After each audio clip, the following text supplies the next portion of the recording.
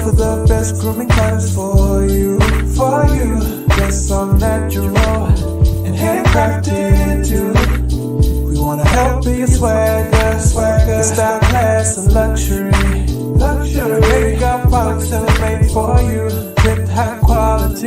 Yeah, so get in style with the black, yeah. Company, you swagger, style, class, and luxury. Yeah, luxury, yeah. Black, yeah. Company, you swagger, style, class, and luxury, yeah. Located at www.theblackgent.com.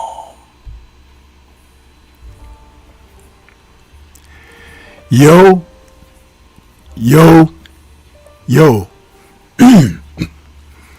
What's good? It's Stormybman, and I am back. Welcoming you to the post-fight show with Stormybman for this Saturday, August 31st, 2024. This is the post-fight show for Pacheco versus Sulecki.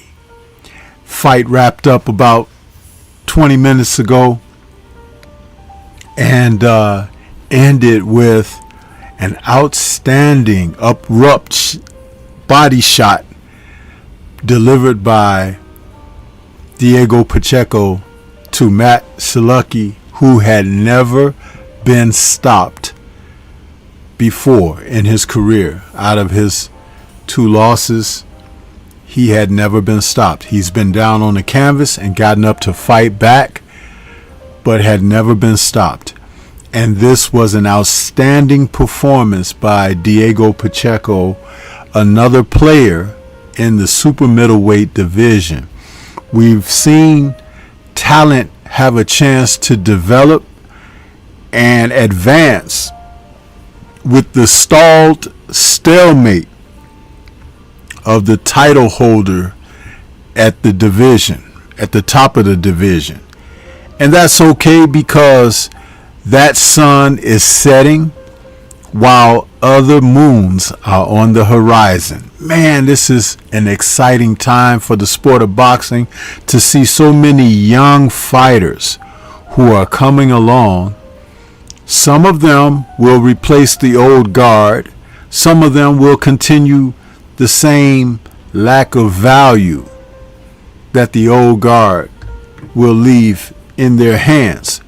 But then yet and still there'll be others who will look to set a new precedent in being competitive and delivering to real fight supporters what they crave. And that's competitive matches where fighters show more than just their bank accounts. Yeah!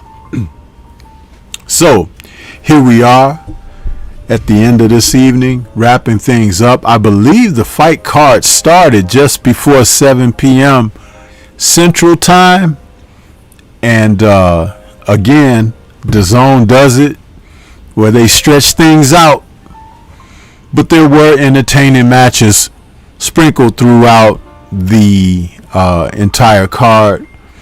And I'm going to say this. With the way that Diego Pacheco closed the show, people can go home or move on with their evening if you weren't attending the event live, feeling good. Because that's what you want to see, the type of performance that he put on. That's what you want to see when fighters are able to close the show. I had remarked on social media that I feel like looking at he and Sulecki in the ring together. Sulecki's 35 years old. He's 23. And because he's a tall, 6'4", lanky super middleweight, I was saying that he looks like he still needs to fill out a little bit, even though he's 23. I'm only 23. Yeah, that 23 is a magical number in the sport of boxing during this particular era, isn't it? But he still may fill out just a bit more. But my goodness, listen, Jose Benavidez Sr. is working well with this young man currently, and he's looking good. He's looking sharp. And I have to say this about Jose Benavidez Sr. We know that he trains his sons, but you'll be able to see exactly what type of trainer he is working with other fighters that are not his son. And right now, he's looking pretty good with this young man here in Diego Pacheco. So it was an exciting performance with him. I talked about him over a year ago. I said that he was going to be a young fighter to watch on the horizon, and he hasn't let me down. This was his first step up as far as trying to enter the pool of contention. See, fighters go from prospect to being known on television and fighting regular on television, and sometimes they'll slip right into title shots. In this four-belt era, interim titles, regional titles, and world titles are always right there for these guys. So you don't always get to see the natural transition. But when they do it the proper way, they can learn and grow and develop all at the same time. And even he had remarked coming into this fight, this was the most experienced fighter that he's faced, and it could be the toughest fight of his career. And it very well may have been the toughest fight of his career, in not so much in what Matt Sulecki was doing in the ring, but being he now headlining an event, he going in and against an experienced veteran who had faced former world champions and had never been stopped. And someone who has shown himself to be a guy that just because he gets knocked to the floor, he can get up and fight back. You see, those are tricks of the trade that you would want to see a prospect becoming a contender go through the process. And Diego did it with flying colors tonight. And so that's why this could have been the toughest fight of his career. There was pressure on there was pressure from the opponent, and there was pressure for the expectation of delivering something entertaining. And he check marked each box excellently. Great stuff. Let me go to the chat and see who we got in the building with us this evening. Let's see.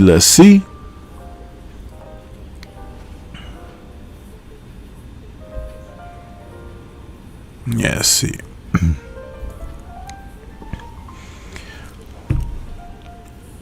We got Sticks and Jabs out there saying salute. Stormy in chat. Shawalaya's out there. Excuse me. Saying Shalom Sensei, Shalom chat. Eric Gomes is out there saying Bomb Squad, Stormybman salute. He says Pacheco. MJ's Total Health and Wellness and Enrichment is out there saying salute fam. Universal Truth is back saying salute Stormy with some channel emojis. Eric Gomes says jazz, light jazz, that's right. Jimmy Bernard in the building saying salute Sensei, what's good chat, smash the like button while entering the building, yes sir. Sticks and Jab says Pacheco versus Munguia would be an excellent matchup in my opinion. J-Man is out there saluting. Drew Titan LLC in the building saying solid win for Diego. He is just as ready for the big fights, if not more than Berlanga. So let's get these matches before the next pandemic. I sent you a cash out because YouTube is crazy. Okay, let me check that out. J-Man says, was trying to catch Dev's boy Amari Jones fought tonight. Let's see here.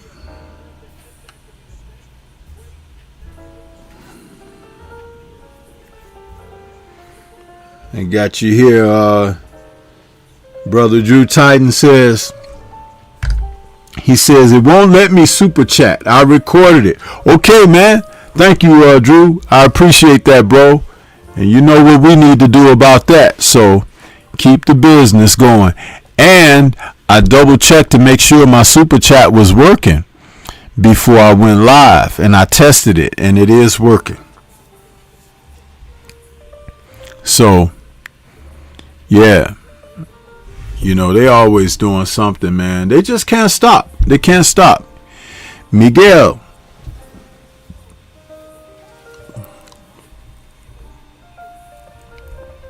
So a solid night of fights on this Dazn card this evening. When you watch boxing, and I've been watching boxing all day pretty much, you kind of learn how to appreciate the flow of whatever transpires. Earlier today, I had a chance to revisit some Pernell Whitaker fights. Michael Moore against Burt Cooper. All of this on DAZN, by the way. They had some of these old fights broadcast. And to sit up and do that, to enjoy those fights like that,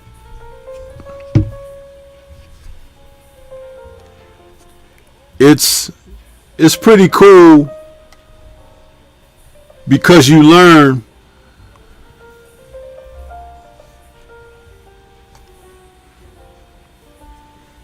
that history often repeats itself in boxing. You just have to watch boxing enough to notice it. And I have an appreciation for everything that has come before. I'm not one of those that just live in the now, in the moment. Appreciation for history. That's why I was able to speak on what about Diego progressing from prospect to contender. Munguia has not had a professional performance transitioning from prospect to contender like Diego did tonight. Yes, Munguia has 40 fights, but several of those fights he's had questionable decisions, which could have easily gone the other way. And the rest of a lot of those opponents that he's faced were fights where he went in and he had all of the advantages. But it is great to see a young fighter elevate. They're talking about if Pacheco gets a call from Canelo, though he may not be ready for it, he should take it or whatever. But he faces what's in front of him a great deal better than Munguia does. And I think a lot of what Munguia has done and where he's been is not necessarily his fault all the way. De La Hoya, who I believe is kind of guiding and steering Munguia's career presently, he could have done some things differently. But it is what it is. 40 fights under your belt is still 40 fights under your belt, even if the opponents didn't bring you much to learn. This is one of the reasons why I speak about guys shouldn't just be so interested in knocking someone out. I'd rather you have a lot of rounds under your belt than have all knockouts. Because when you discover that you can put someone away, then it's time to work on other things. Develop other aspects of your career. Now, I'm going to tell you the veteran move that Pacheco pulled on Sulecki tonight. He boxed him very well. He got him used to getting hit with his jabs and hooks. Sulecki even was countering with his own catch and shoot fight, responses like that. But Diego hadn't thrown any body shots. And when he finally did drop that left hook to the liver, Sulecki was not even looking to defend himself. He was wide open for the shot. And the fight was over just like that. Isn't that amazing how boxing works? Isn't that amazing to see a fighter do that and execute to that degree? It's very impressive.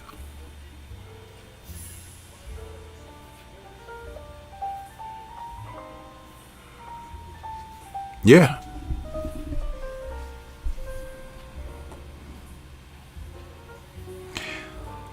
It was an interesting night of boxing. The opening fight that took place between Jenny Fuchs and what was her name? Adelaida Ruiz. Fuchs broke her right thumb in the first round. It came through the skin of her finger. They showed it when the fight was over. When she took her glove off, That woman fought 10 rounds with a broken thumb. She broke her thumb in the first round.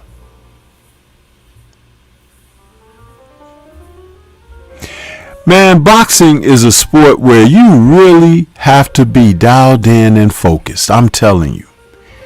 Because to have a right thumb protruding through the skin, the bone, but to continue to fight as if nothing's wrong for 9 more rounds. You see why fighters need to be respected and saluted? For your entertainment, for their means of earning a living, what they go through. Amazing.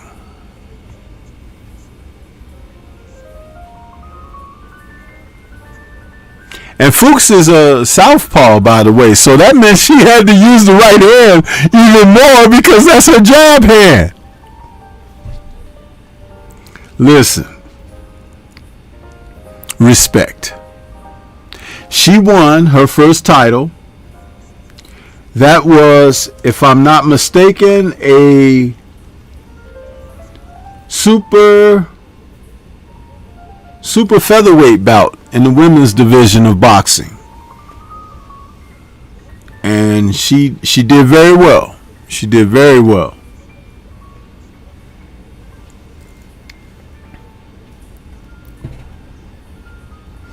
Also on the card was Sheriff Clark, who took on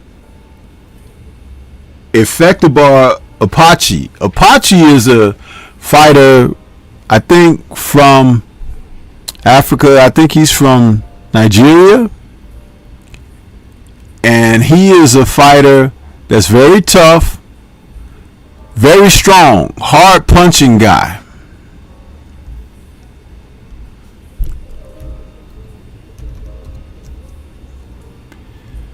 And he gave Chev a good fight, man. I like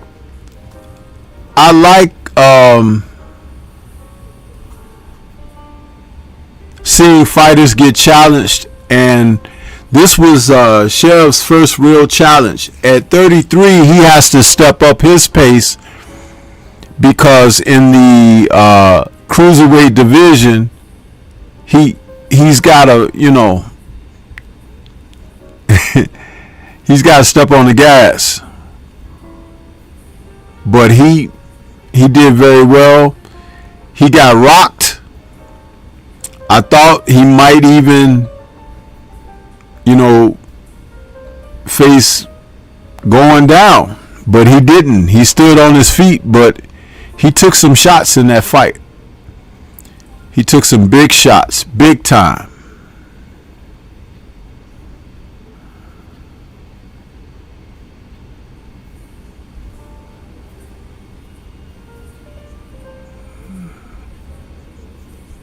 Trying to see what I got some.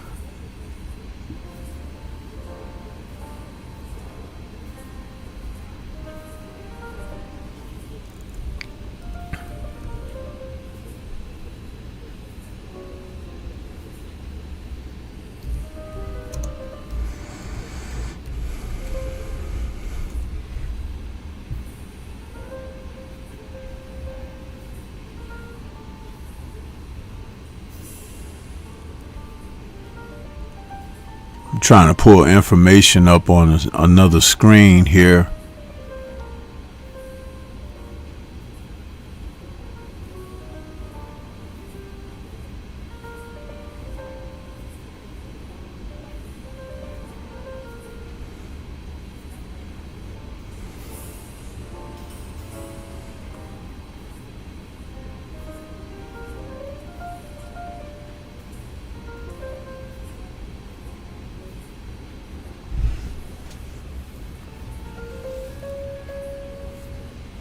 See, we got some more people fell into the building. DLP is out there.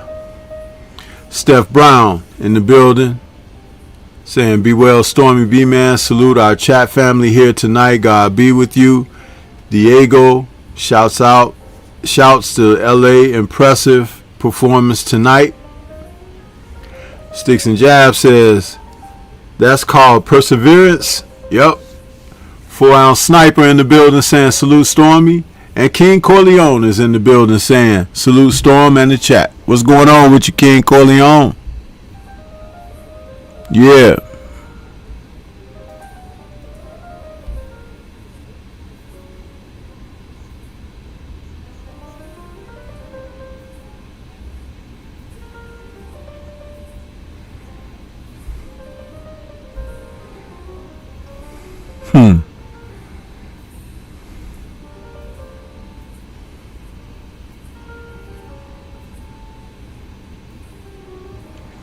Doggone computer, boy, I tell you, it be acting up when it want to. I ain't been on the computer all day long, so it doesn't want me to pull up another page. It's having trouble loading. So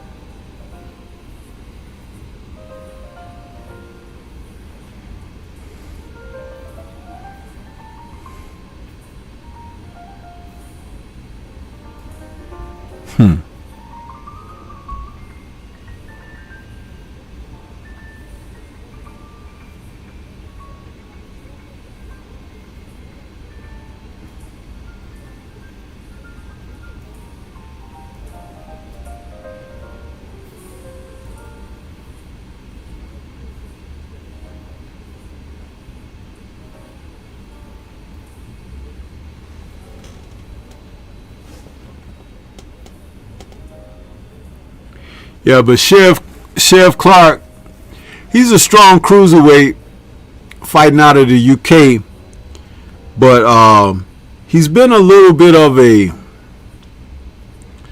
I don't know, he reflects this like cockiness, you know,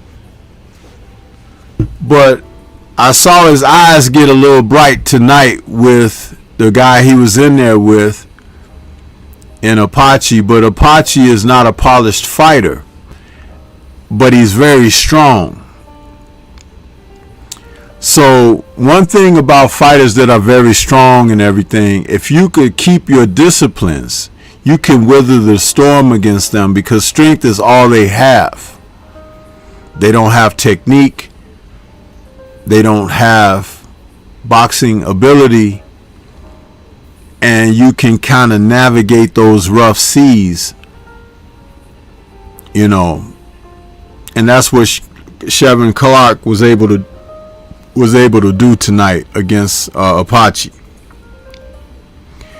But I saw some limitations there, where he likes to be strong, but that doesn't necessarily make him good himself. And he was a little more adept, you know, technique wise, and he was able to do some things, but he was tested as far as his fortitude and being able to take punishment. So he's strong in that sense himself.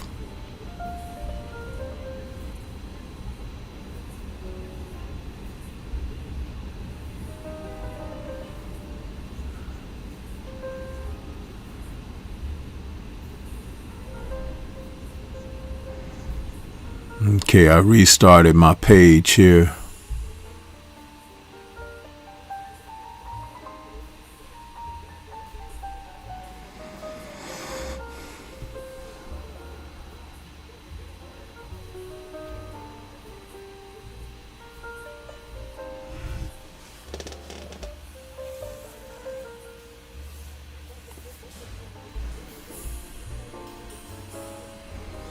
Other fights on that card, like that guy Eduardo Nunez, who came in with a knockout streak, you know, boasting a record.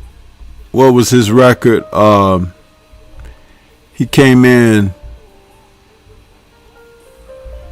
26-0 with 26-0 with 26 knockouts.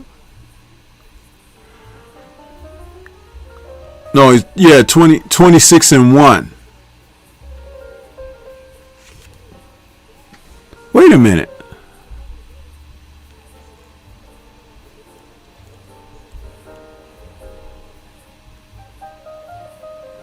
(26-1). He came in 26-1 with 26 knockouts, and he stopped his opponent tonight in Miguel Mariaga. Now, I'm going to say this about Nunes. You know, he's supposed to be a highly touted Mexican fighter coming out of Sinaloa, Mexico. But I'm going to tell you guys something. This dude had back knee, y'all. He had heavy back knee. Heavy back knee. Yeah.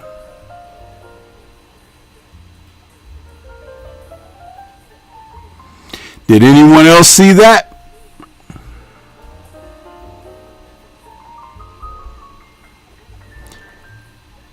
Did anyone else see that?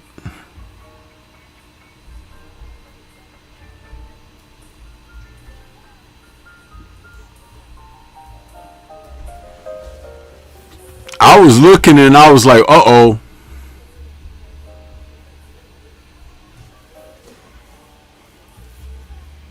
I'm like, okay, I'm dismissive of him right away. Right away.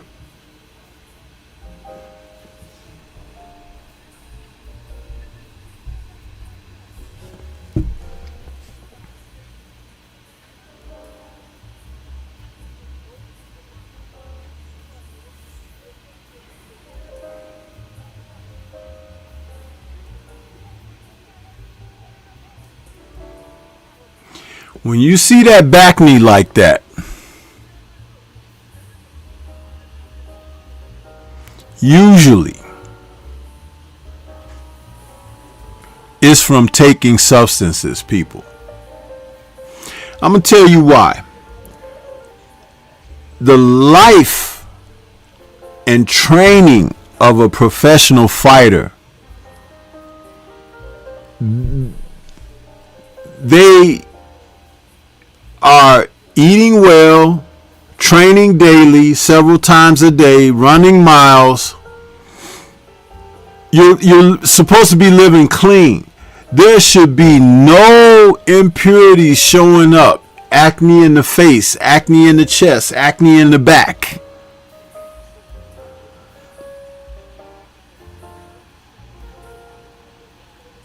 It's a bad sign.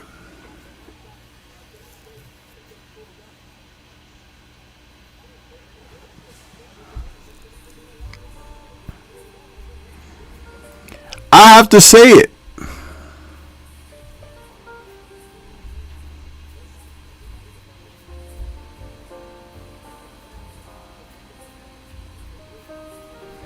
And I'm sorry. This is an Ed Hearn and Matchroom promotion.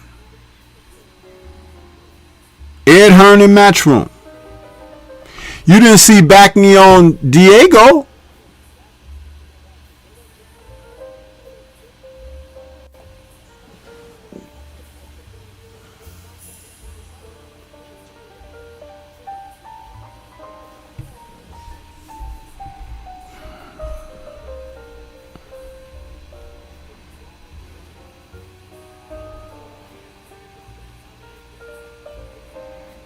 And the Mexican fighters, if they're clean, they don't walk around with back knee and acne and all of that. They don't.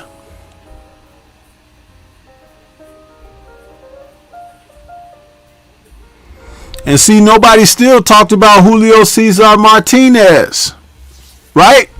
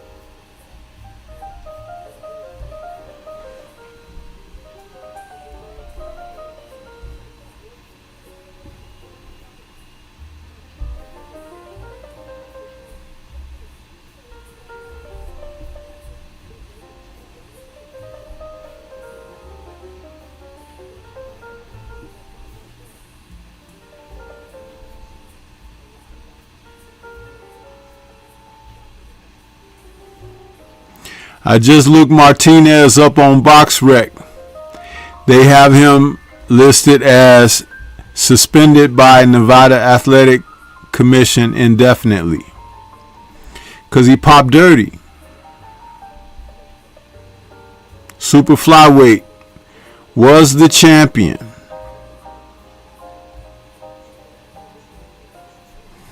When he fought in March against Angelino Cordova, 12-round decision that he got. Cordova was down twice in round 3. But it's been changed to a no contest because he popped dirty. But guess what? Martinez had backed me too, y'all. He did.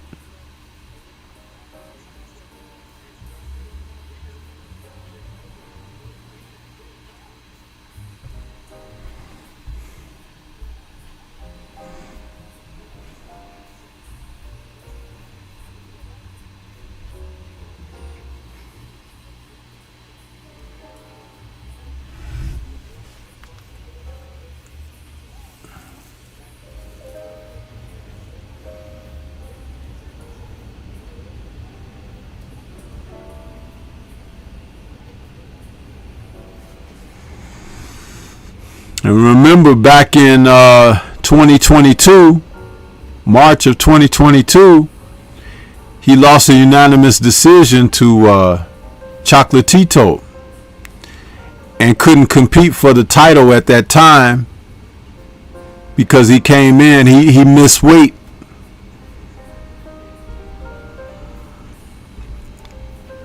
So he had some suspect things going on with him for a minute. For a minute.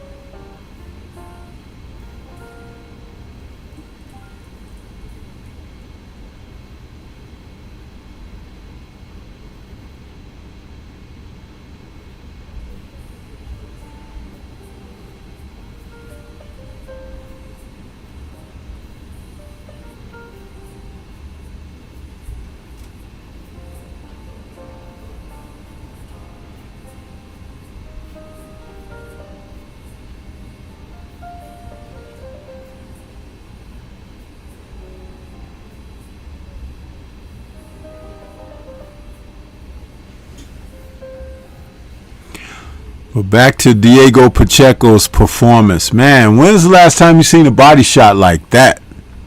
Since Mickey Ward, maybe? That was a heck of a shot, man. And he got full leverage and extension on it and everything.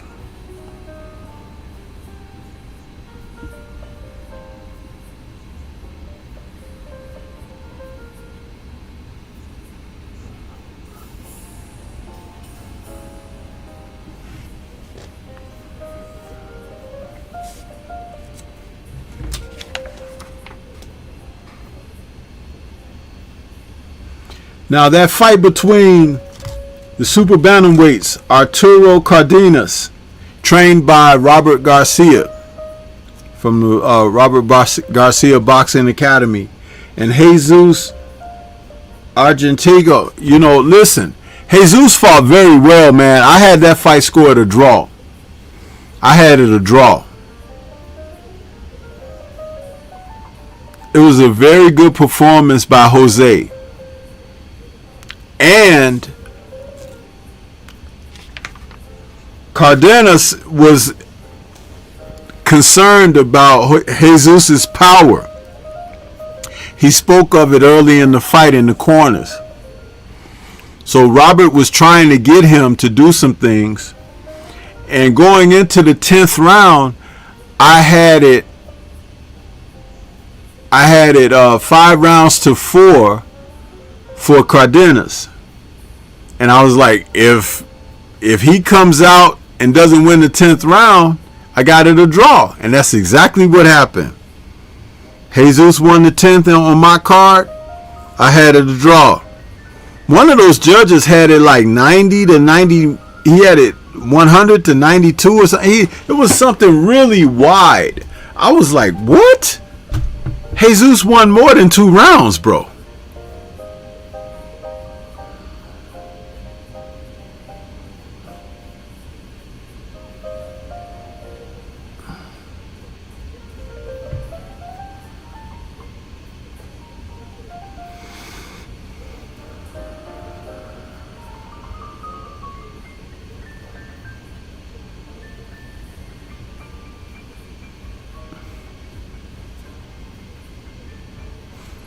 Yeah, but when B-Hop caught Oscar, it was Oscar's reaction to the shot that made it more dramatic. But B-Hop had him in close and just kind of like, you know, he got good leverage on it and touched him to the body. But it wasn't like that shot that Diego threw. Diego was, he threw a punishing shot. Yeah, sticks and jabs, 98 to 92. I know it's that one of those wide, stupid wide cards. I was like, no way, man. No way.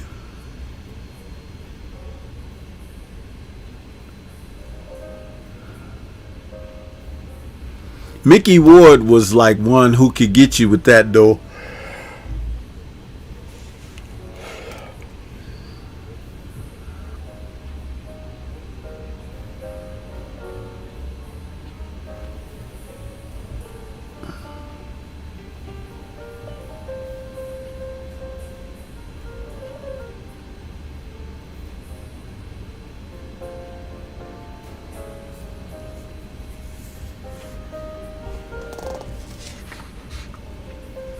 Overall, I thought it was a decent Saturday card, you know, in between some of these bigger fights that we're having. So I don't have any complaints. I enjoyed it. I watched everything. But again, you know, I did a breakdown video on Pacheco. And I said, if he's able to stop Matt Sulecki, man, that says a lot for him. He stopped a guy that Danny Jacobs couldn't stop. Gabe Rosado couldn't stop. You know what I mean? Demetrius Andre couldn't stop him. The guy's been in there with some good fighters, man. And some of those guys are noted punchers.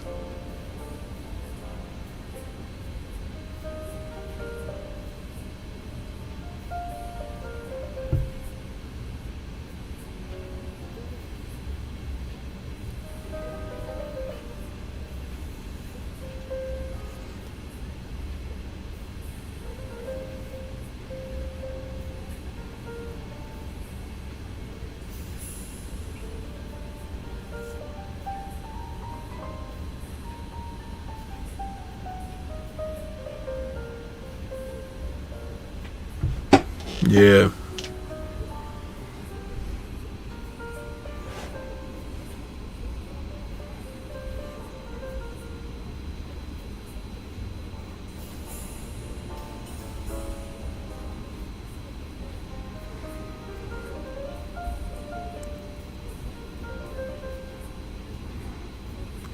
Well, we're going to hear from my brother, the Focus Ball.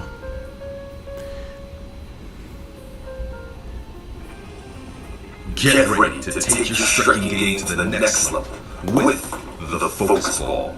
Dramatically improved footwork, timing, head movement, hand-eye coordination, reflex, and overall fight IQ. It's lightweight and extremely portable, so you can train every time, everywhere. When you don't have a coach to do mitt work, get a Focus Ball. When you don't have a heavy bag to hit, get a Focus Ball.